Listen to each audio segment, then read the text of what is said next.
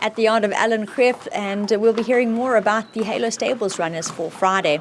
Lady Lay is first up in race 1. Alan, she's run 2 great races locally so far, and especially competitive placing last time out. Yeah, very competitive and knocking on the door. Not drawn so great, and we take our chances once again.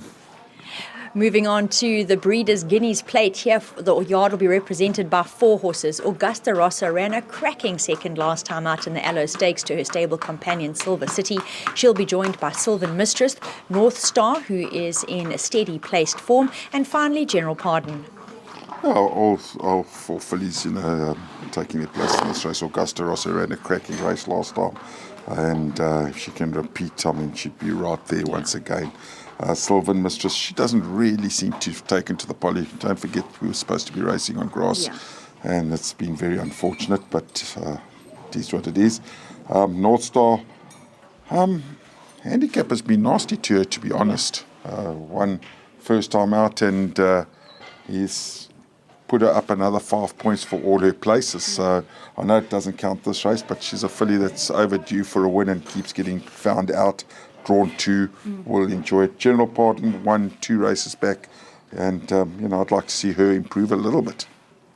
Wild Fig will be next up in race 3. Now, he's doing everything except find the winner's box, and he just keeps finding one to beat him. I do think, though, on form, an obvious horse with an each-way chance.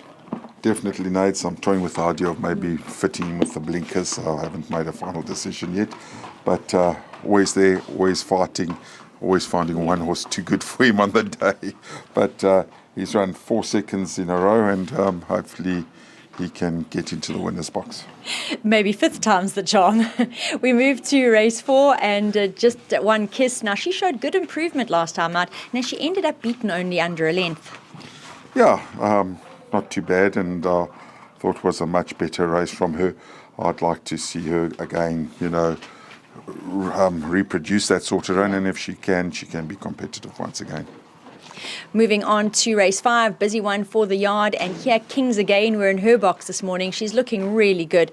She's holding steady form, and she has proven herself against male opposition prior to this. Mars Vigilante always there and thereabouts, certainly in with a chance. Real War, he'll be looking for some improvement, and Curtis Condor will be making his local and poly debut for short break. Yeah, Kings again, always there. She's gutsy filly. She does like the poly, and I think she's got a chance. Mars Vigilante, I think, needs to drop a couple of points. Still looking competitive, but we'll be getting there pretty soon, I think. Real War, he hasn't done much to inspire since arriving in the Eastern Cape, and hopefully a better run from him. And then Curtis Condor, maybe a bit on the sharp side, nice horse, but I think most probably need the run. Izanami runs in race 6. It's the first of the apprentice races. Now, she has run 2 cracking runs out of the maidens, very competitive efforts. She'll need a little bit of luck from a draw and hoping the gaps open late when she runs on, but she's certainly a runner.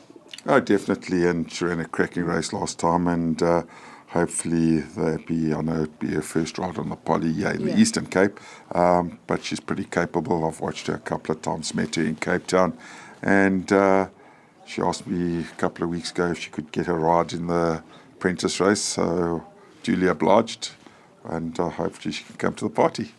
We're looking forward to having Nicola Yen step out for the first time in the Eastern Cape, that's for sure.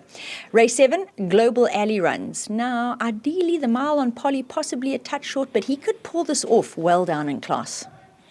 Yeah, he's overdue for a win, Yes.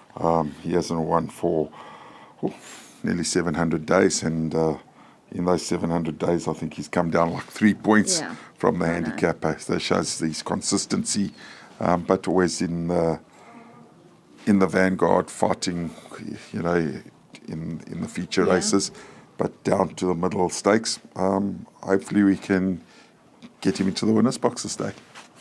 Grey Warrior is up next in race 8, the penultimate event on the card. Now, this fellow is always earning, always about the action, and this once again looks the right field for him to be competitive. Yeah, it looks like the right field. I really was looking forward to a grass meeting for him, because he unwinds, and unfortunately, gods haven't been kind to us, so we're back on the poly with him, and we take our chances again. Hopefully he can get it right. hopefully he can get going in time. And finally, Bahamian beat in race 9. He waltzed in last time out to leave the maidens. Yeah, he won very well, and he wanted the distance, and he wants more distance. So I think 2000 should suit him. Inishtaka is back from Mauritius. Won the Maiden Cup, if I'm not mistaken, in Mauritius, which is their Grade 1 race. So hopefully he can do the same for us. I must say, the last race of the day, race 9, very, very open field. I know that this fellow's having his post-maiden run, but he's still a horse that you need to consider.